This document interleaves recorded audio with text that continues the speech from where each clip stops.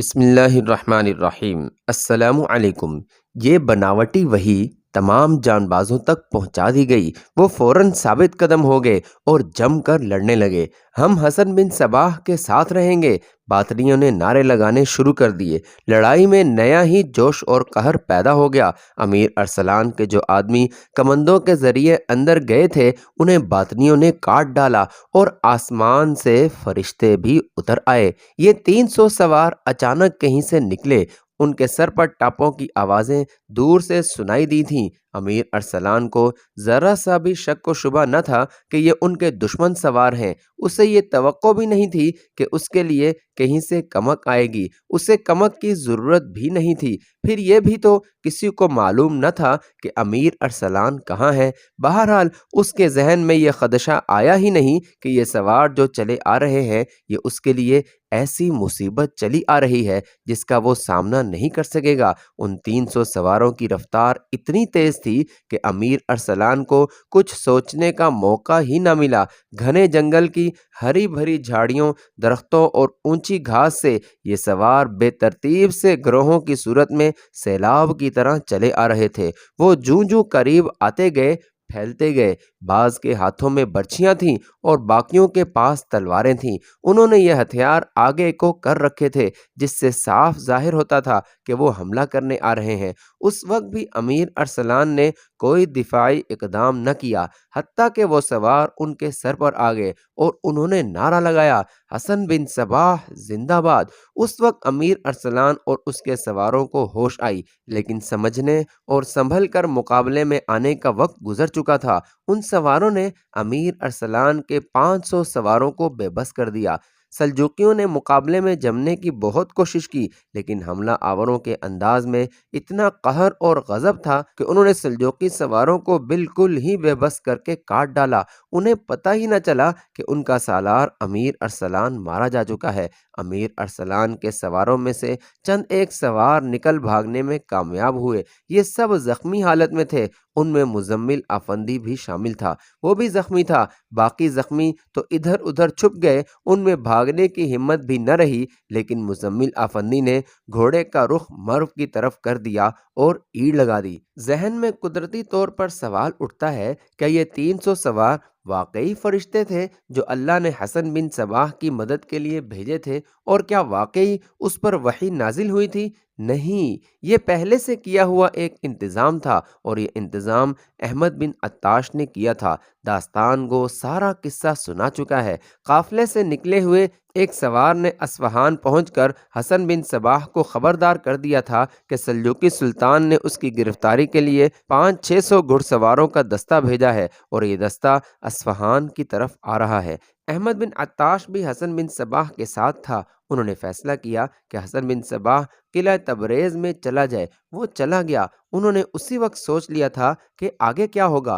خطرہ یہی تھا کہ امیر ارسلان اصفہان میں آ کر حسن بن صباح کو ڈھونڈے گا اور کسی نہ کسی طرح اسے پتہ چل جائے گا کہ حسن بن صباح قلعہ تبریز میں چلا گیا ہے۔ یہ بھی بیان ہو چکا کہ احمد بن عطاش نے اسی مکان میں جہاں وہ اور حسن بن صباح ٹھہرے تھے سائس کا بحروپ دھار لیا تھا۔ یہ ایک قبیلے کے سردار کا مکان تھا اور یہ سردار حسن بن صباح کا پیروکار باطنی تھا۔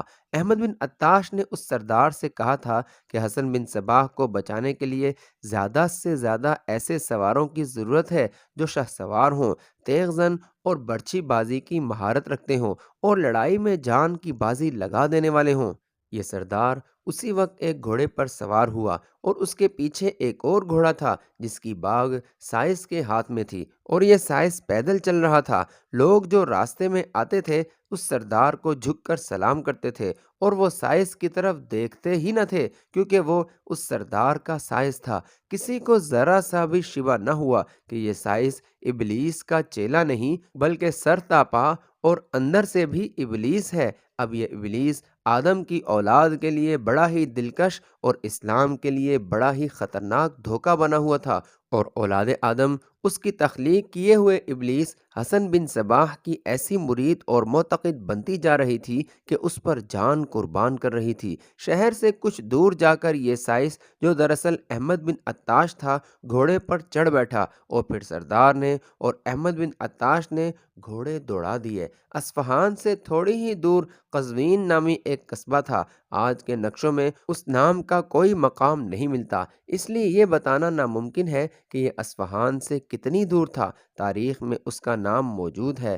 یہ مقام ان دونوں کی منزل تھی۔ قزوین کا رئیس شہر ابو علی تھا، جس کا اس سارے علاقے میں اثر و رسوخ تھا۔ کچھ عرصہ پہلے اس شخص نے حسن بن صباح کے ہاتھ پر بیعت کر لی تھی۔ یہ حسن بن صباح کی تربیت یافتہ ایک لڑکی کا اور حشیش کا کارنامہ تھا، جو یہ لڑکی اسے دھوکے میں پلاتی رہی تھی۔ احمد بن عطاش اور اس کا ساتھی سردار ابو علی کے گھر گئے اور اسے اس صورتحال سے آگاہ کیا کہ سلجوقی سلطان نے حسن بن صباح کی گرفتاری کے لیے سینکڑوں سواروں کا ایک دستہ بھیجا ہے۔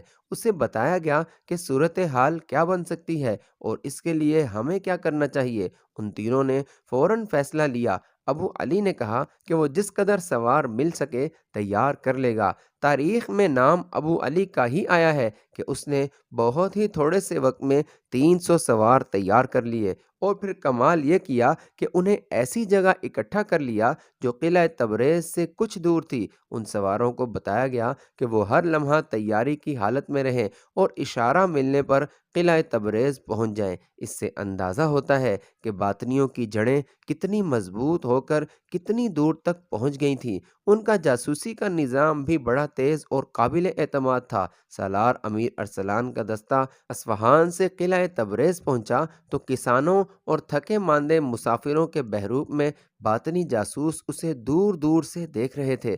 انہوں نے لڑائی بھی دیکھی تھی۔ انہی میں سے کسی نے دیکھا کہ سلجوقی سوار قلعے میں داخل ہو جائیں گے اور اندر تمام باطنی مارے جائیں گے اور حسن بن صباح گرفتار ہو جائے گا۔ اس جاسوس نے ابو علی کو جا کر اطلاع دی۔ 300 سوار تیار تھے۔ انہیں پہلے ہی بتایا گیا تھا کہ انہوں نے کیا کرنا ہے۔ ان کے دلوں میں سلجوکیوں کی اتنی نفرت پیدا کی گئی تھی کہ وہ اس انتظار میں تھے کہ سلجوکی سامنے آئے تو ان کے جسموں کے پرخچے اڑا دیں۔ اب انہیں موقع مل گیا۔ اشارہ ملتے ہی وہ قلعہ تبریز پہنچے اور سلجوکیوں کو بے خبری میں جا لیا۔ سلجوکی بے خبری اور غلط فہمی میں مارے گئے، ورنہ سلجوکیوں نے تو جنگجوئی میں دور دور تک دھاک بٹھائی ہوئی تھی، مگر دھاک حسن بن صباح کی بیٹھ گئی۔ اس کے جانبازوں اور بستی تبریز کے باشندوں کو معلوم ہی نہ تھا کہ آسمان سے اترنے والے 300 گھڑ سوار فرشتوں کا انتظام پہلے سے ہی کر لیا گیا تھا۔ انہیں یقین ہو گیا تھا کہ حسن بن صباح پر وحی نازل ہوئی تھی، اور یہ مدد بھی حسن بن صباح کے کہنے پر خدا نے بھیجی تھی۔ نعوذ باللہ من ذالک۔ مزمل آفندی گھوڑا دوڑاتا مر جا رہا تھا۔ اس نے اپنے زخموں پر کپڑے کس کر باندھ لیے تھے، پھر بھی زخموں سے خون رس رہا تھا۔ وہ اس کوشش میں تھا کہ زندہ سلطان ملک شاہ تک پہنچ جائے اور ہوش میں رہے، تاکہ اسے قلعہ تبریز کی لڑائی کی خبر دے سکے اور اسے کہے کہ وہ فوراً جوابی حملے کے لیے فوج بھیجے۔ یہ 1 دن اور 1 رات کی مسافت تھی جو مزمل آفندی نے کم از کم وقت میں طے کی، اور رات کو مرو پہنچا۔ سلطان ملک شاہ سو گیا تھا۔ سلطان کو جگانے کی جرت کوئی بھی نہیں کر سکتا تھا، لیکن مزمل خون میں نہایا ہوا تھا اور نیم جان تھا، اور وہ سالار امیر ارسلان اور اس کے سوار دستے کی خبر لایا تھا۔ سلطان کو جگا کر بتایا گیا تو وہ بستر سے کود کر اٹھا اور ملاقات والے کمرے میں چلا گیا۔ مزمل دروازے میں داخل ہوا تو اس کا وجود گرنے والے درخت کی طرح ڈول رہا تھا، اور سر کبھی دائیں کبھی بائیں ڈھلک جاتا تھا۔ اس کے کپڑے خون سے لال ہو گئے اور زخموں سے تازہ خون رس رہا تھا۔ سلطان دوڑ کر اس تک پہنچا اور اسے اپنے بازوؤں میں لے لیا۔ اسے دیوان پر لٹاؤ، سلطان ملک شاہ نے دربان سے کہا، اور خود ہی مزمل کو اٹھا لیا۔ دربان نے بھی مدد کی اور مزمل کو دیوان پر لٹا دیا گیا۔ سلطان کے کپڑے بھی سامنے سے لال ہو گئے۔ اسے وہ شربت پلاؤ، سلطان نے دربان سے کہا۔ طبیب کو اور جراح کو بھی فوراً ساتھ لے آؤ۔ سلطان ملک شاہ نے شربت کا گلاس دربان کے ہاتھ سے لیا اور اسے دوڑا دیا۔ پھر مزمل کو سہارا دے کر اٹھایا اور اسے اپنے ہاتھ سے شربت پلایا۔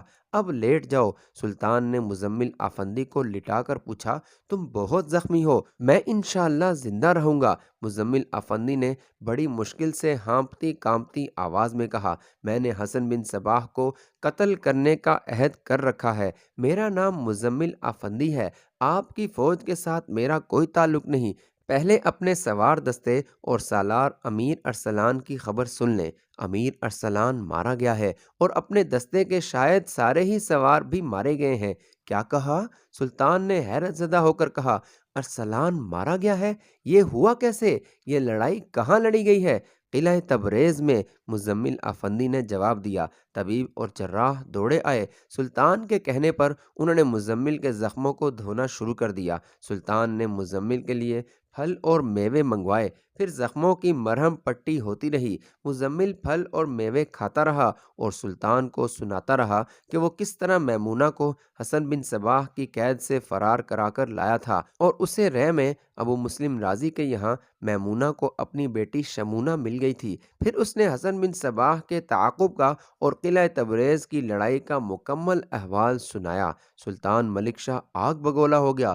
اس نے اسی وقت اپنے سالار قزل ساروق کو بلایا۔ یہ سالار ترک تھا۔ ابن اسیر نے لکھا ہے کہ قزل ساروق نامور سالار اور مشہور سلجوق جنگجو تھا۔ سلطان نے اسے کہا کہ وہ کم از کم 1000 سواروں کا دستہ لے کر ابھی قلعہ تبریز کو روانہ ہو جائے۔ قزل ساروق سمجھ گیا کہ بہت جلدی تبریز پہنچنا ہے۔ وہ 1000 منتخب سواروں کے ساتھ حیران کن کم وقت میں قلعہ تبریز پہنچ گیا، لیکن وہاں سالار امیر ارسلان اور اس کے سواروں کی لاشوں کے سوا کچھ بھی نہ ملا۔ کسی بھی لاش کے ساتھ ہتھیار نہیں تھا، ایک بھی گھوڑا نہیں تھا، ہتھیار بھی اور گھوڑے بھی باطنی ساتھ لے گئے تھے۔ قزل ساروق قلعے کے اندر گیا، کوئی ایک بھی انسان نظر نہ آیا، مکان خالی پڑے تھے۔ آگ لگا دو، قزل ساروق نے کہا۔ کچھ ہی دیر بعد مکانوں سے شعلے اٹھنے لگے اور دھواں آسمان تک پہنچنے لگا۔ قبر کھودو اور اپنے ساتھیوں کو دفن کر دو۔ قزل ساروق نے اپنے سواروں سے کہا، ہم یہاں شاید اسی لیے آئے ہیں کہ اپنے ساتھیوں کو دفن کریں اور اس بستی کو آگ لگا دیں اور واپس چلے جائیں۔ ہم یہاں کچھ دن ٹھہریں گے۔ داستان گو جس دور کی داستان سنا رہا ہے وہ ابلیس کا دور تھا۔ قرآن حکیم کی وہ پیشن گوئی جو سورہ اعراف کی آیت 11 سے 23 تک واضح الفاظ میں آئی ہے، حرف بہ حرف صحیح ثابت ہو رہی تھی۔ ان آیات کا مفہوم یہ ہے کہ خداوند تعالیٰ نے ابلیس کو سجدہ نہ کرنے کی پاداش میں دھتکار دیا اور اسے کہا کہ تو ذلیل و خوار ہوتا رہے گا، تو ابلیس نے کہا کہ مجھے روز قیامت تک مہلت دے۔ اللہ نے اسے مہلت دی۔ ابلیس نے کہا، اب دیکھنا میں تیرے ان انسانوں کو کس طرح گمراہی میں ڈالتا ہوں۔ میں تیرے سیدھے راستے پر گھات لگا کر بیٹھوں گا اور تیرے انسانوں کو آگے سے، پیچھے سے، دائیں سے، بائیں سے اور ہر طرف سے گھیروں گا۔ پھر تو دیکھے گا کہ ان میں سے بہت سے تیرے شکر گزار نہیں رہیں گے۔ اللہ تعالیٰ نے آدم اور حوا سے کہا کہ جنت میں رہو، لیکن اس درخت کے قریب نہ جانا ورنہ گنہگاروں میں لکھے جاؤ گے۔ شیطان نے آدم علیہ السلام سے کہا کہ اللہ نے اس درخت کو تمہارے لیے اس لیے شجرہ ممنوعہ قرار دیا ہے کہ تم فرشتے نہ بن جاؤ اور تمہیں وہ زندگی نہ مل جائے جس کی موت ہوتی ہی نہیں، یعنی کبھی نہ ختم ہونے والی زندگی۔ ابلیس نے قسم کھا کر کہا کہ میں تمہارا سچا خیر خواہ ہوں۔ ابلیس نے زبان کا ایسا جادو چلایا اور الفاظ کا ایسا طلسم پیدا کیا کہ آدم اور حوا کو شیشے میں اتار لیا۔ انہوں نے شجرہ ممنوعہ کا پھل چکھا اور اس حکم عدولی کے نتیجے میں آدم اور حوا کے ستر بے نقاب ہو گئے اور وہ درختوں کے پتوں سے ستر ڈھانپنے لگے۔ بات یہ سامنے آئی کہ یہ ابلیس تھا جس نے آدم اور حوا علیہم السلام کو ایک دوسرے کی شرمگاہوں سے روشناس کیا، انسان میں تجسس کی بےتابی پیدا کی اور یہ جذبہ بھی کہ اللہ جس کام سے منع کرے وہ ضرور کر کے دیکھو اور شجر ممنوعہ کا پھل ضرور چکھو۔ حسن بن صباح نے یہی ابلیسی حربے استعمال کیے اور انسان کی ستر پوشی کو برہنگی میں بدل دیا۔ مرد پر عورت کی برہنگی کا طلسم طاری کیا اور یہ تاثر پیدا کیا کہ شجر ممنوعہ کا پھل ضرور کھاؤ۔ ابلیس اپنا یہ عہد پورا کر رہا تھا کہ اللہ کے سیدھے راستے پر گھات لگا کر بیٹھوں گا اور اللہ کے بندوں کو ہر طرف سے گھیر کر اپنے راستے پر چلاؤں گا۔ 5ویں صدی ہجری میں حسن بن صباح اللہ کے سیدھے راستے پر گھات لگا کر اور اللہ کے بندوں کو ہر طرف سے گھیر کر اپنے راستے پر چلا رہا تھا۔ قلعہ تبریز کی لڑائی میں سلجوقی سالار امیر ارسلان مارا گیا، اس کے 500 مجاہدین ہلاک یا زخمی ہو گئے تو مزمل آفندی نے شدید زخمی حالت میں مرو پہنچ کر سلطان ملک شاہ کو لڑائی کے اس انجام کی اطلاع دی۔ اس کا زندہ رہنا معجزہ تھا۔ جب سے مزمل آفندی سالار امیر ارسلان اور اس کے 500 سواروں کے ساتھ چلا گیا تھا، رحم شمونہ نے روزمرہ کا معمول بنا لیا تھا کہ بار بار چھت پر چلی جاتی اور اس راستے کو دیکھنے لگتی جس راستے پر مزمل آفندی چلا گیا تھا۔ شمونہ کو معلوم تھا کہ 2-4 دنوں میں ادھر سے کوئی اطلاع نہیں آئے گی، بغداد سے اتنی جلدی اطلاع آ ہی نہیں سکتی تھی، لیکن شمونہ مزمل آفندی کے انتظار میں پاگل ہوئے جا رہی تھی۔ وہ حقائق تو قبول ہی نہیں کر رہی تھی۔ وہ چھت پر جا کر کبھی بالائی منزل کا اس طرف والا دریچہ کھول کر اس راستے کو دیکھتی تھی۔ اسے قاصد کا انتظار تھا اور اسے انتظار تھا کہ مزمل آفندی اسی راستے سے واپس آئے گا۔ اس کے چہرے پر فاتحانہ تاثر ہوگا، سینہ پھیلا ہوا ہوگا اور گردن تنی ہوئی ہوگی، اور حسن بن صباح اس کے ساتھ ہوگا، زندہ یا مردہ۔ دنوں پر دن گزرتے جا رہے تھے، نہ جانے کتنی راتیں بیت گئیں، مزمل آفندی نہ آیا، مرو سے کوئی قاصد نہ آیا۔ شمونہ 2-3 بار اس کی ماں میمونہ نے اسے کہا، ایک آدمی کی محبت میں گرفتار ہو کر تم دنیا کو بھول گئی ہو، تمہیں دن اور رات کا ہوش نہیں رہا، یوں تو زندگی اجیرن ہو جاتی ہے۔ میں صرف اس کا انتظار نہیں کر رہی جسے میں چاہتی ہوں۔ شمونہ نے ماں سے کہا، میں حسن بن صباح کے انتظار میں ہوں، اگر وہ زندہ آیا تو میں اسے زنجیروں میں بندھے ہوئے دیکھنا چاہوں گی، اور اگر اس کی لاش آئی تو میں سمجھوں گی کہ میرا زندگی کا مقصد پورا ہو گیا ہے۔ مزمل اسے زندہ یا مردہ لے ہی آئے گا۔ شمونہ کو کوئی قاصد یا مزمل آفندی آتا نظر نہیں آ رہا تھا۔ راستہ ہر روز کی طرح شہر سے نکل کر درختوں اور کھیتوں میں بل کھاتا اور دور ایک پہاڑی میں گم ہو جاتا۔ اسے ہر روز ویسے ہی اونٹ، گھوڑے، بوجھ اٹھائے ہوئے ٹٹو اور پیدل چلتے ہوئے لوگ نظر آتے تھے۔ شمونہ کی بے چینی اور بے تابی بڑھتی جا رہی تھی اور وہ اکتانے بھی لگی تھی۔ اس کی مزاجی کیفیت بھی کچھ بکھر سی گئی تھی۔ آخر ایک روز دن کے پچھلے پہر دور سے اسے ایک گھڑ سوار آتا نظر آیا۔ گھوڑے کی رفتار اور انداز بتاتا تھا کہ وہ کوئی عام سا مسافر نہیں۔ شمونہ کی نظریں اسی پر جم گئیں اور اس کے ساتھ ساتھ شہر کی طرف آنے لگیں۔ گھڑ سوار شہر میں داخل ہوا تو شمونہ کی نظروں سے اوجھل ہو گیا۔ وہ شہر کی گلیوں میں گم ہو گیا تھا۔ کچھ دیر بعد وہ امیر شہر ابو مسلم رازی کے گھر کے قریب ایک گلی سے نکلا۔ شمونہ دوڑی نیچے آئی۔ گھڑ سوار اس شاہانہ حویلی کے احاطے میں داخل ہو رہا تھا۔ تم قاصد تو نہیں ہو؟ شمونہ نے اس سے پوچھا۔ ہاں بی بی، سوار نے گھوڑے سے اترتے ہوئے کہا، میں قاصد ہوں، امیر شہر سے فوراً ملنا ہے۔ کہاں سے آئے ہو؟ مرو سے آیا ہوں۔ سالار امیر ارسلان اور مزمل آفندی کی کوئی خبر لائے ہو؟ شمونہ نے بچوں کی سی بے تابانہ اشتیاق سے پوچھا۔ انہی کی خبر لایا ہوں۔ کیا خبر ہے؟ شمونہ نے تڑپ کر پوچھا۔ امیر شہر کے سوا کسی اور کو بتانے والی خبر نہیں، قاصد نے جواب دیا۔ شمونہ دوڑتی اندر گئی، دربان کے روکنے پر بھی نہ رکی۔ ابو مسلم رازی اپنے کسی کام میں مصروف تھا۔ شمونہ نے زور سے دروازہ کھولا کہ ابو مسلم رازی چونک اٹھا۔ مرو سے قاصد آیا ہے، شمونہ نے بڑی تیزی سے کہا، اسے فوراً بلا لیں۔ ابو مسلم رازی نے ابھی کچھ جواب نہیں دیا تھا کہ شمونہ باہر کو دوڑ پڑی اور قاصد کو ابو مسلم رازی کے پاس لے گئی۔ کیا خبر لائے ہو؟ ابو مسلم رازی نے پوچھا۔ قاصد نے شمونہ کی طرف دیکھا اور پھر ابو مسلم رازی کی طرف دیکھا۔ بات بالکل صاف تھی کہ قاصد شمونہ کے سامنے پیغام نہیں دینا چاہتا تھا۔ تم ذرا باہر چلی جاؤ شمونہ، ابو مسلم رازی نے کہا۔ شمونہ وہاں سے ہلی بھی نہیں اور کچھ بولی بھی نہیں۔ اس کی نظریں ابو مسلم رازی کے چہرے پر جم گئی تھیں اور اس کے اپنے چہرے کا تاثر یک لخت بدل گیا تھا۔ رازی کی دانشمندی نے راز پا لیا۔ وہ شمونہ کی اس بات کو سمجھتا تھا۔ اس لڑکی نے ابو مسلم رازی کے دل میں اپنی قدر و منزلت پیدا کر لی تھی۔ ہاں، ابو مسلم راضی نے قاصد سے پوچھا، کیا خبر لائے ہو؟ خبر اچھی نہیں امیر شہر، قاصد نے کہا، سالار امیر ارسلان مارے گئے ہیں اور ان کے 500 سواروں میں سے شاید ہی کوئی زندہ بچا ہو۔ مزمل آفندی کی کیا خبر ہے؟ شمونہ نے تیزی سے اٹھ کر پوچھا۔ خاموش رہو شمونہ، ابو مسلم راضی نے اسے ڈانٹتے ہوئے کہا، میں تمہیں باہر بھیج دوں گا، تم ایک آدمی کا غم لیے بیٹھی ہو اور ہم اس سلطنت اور دین اسلام کے لیے پریشان ہو رہے ہیں۔